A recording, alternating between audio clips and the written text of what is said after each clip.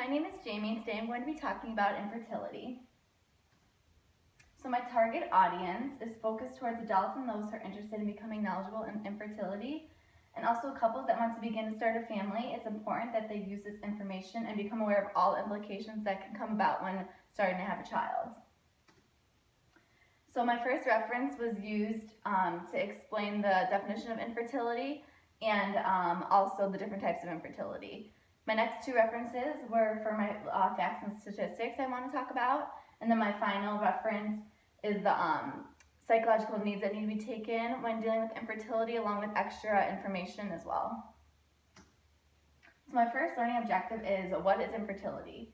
And it's biologically incapable for women or a man to contribute to contraception, and a woman who is unable to carry her pregnancy through full term.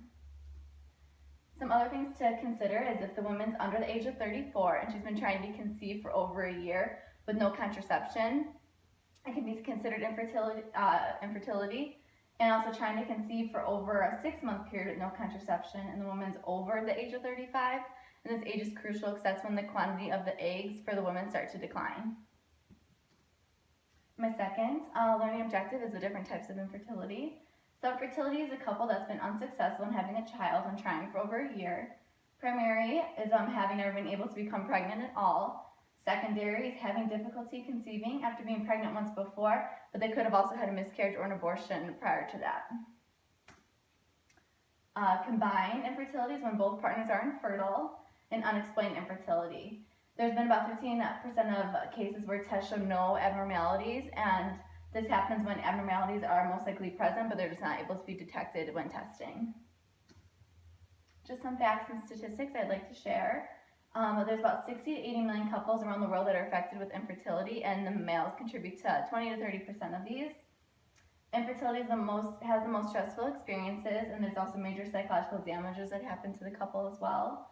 And Louise Joy Brown was the first born in the United Kingdom through in vitro fertilization, also known as IVF, and that was in 1978. And for my final learning objective, there was a study done that showed that couples need to face psychological needs along with guidance and a little extra information to get through their struggles with infertility. Emotional distress management is the first, and this is when a female participant of the study stated, "I cannot live or work. I feel so sick that I cannot even manage myself. I only sit in a corner and cry. I want God to just give me some peace." Also, marital counseling should be taking place. Some people point fingers at the other couple. There's verbal arguments and they blame, and it's more common for the men to blame than the woman. Sexual counseling should be taking place, and this is when complications in the relationship come from having to follow an intercourse schedule and they feel like their sexual relationship is more forced. And also family counseling. It's good that they have the support from their family, but they tend to want to not be involved in family interventions, and they like to just kind of hide their feelings.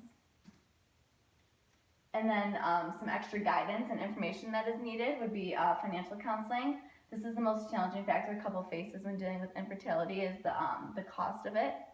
And one gynecologist from a study mentioned, the medical team should explain about the problems, especially the treatment expenses, to the couples in the beginning so that they can take measures without having any false hope or stress added onto it.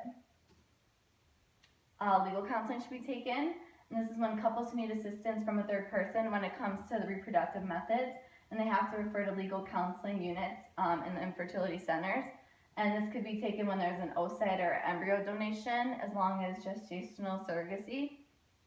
And the purpose of this is to show the importance of the legal counseling and the patient's deliberate decision making for reproductive treatments, and just to make sure that everyone follows the rules and regulations and make sure there's a smooth process. And lastly, treatment counseling. People can be unaware of the treatment options and the side effects that come along with it. And it's also recommended to hold training courses in infertility centers. It provides written information, and it gives the couples some more information through websites, and they also recommend having educational movies playing while in the centers as well. And there are my references.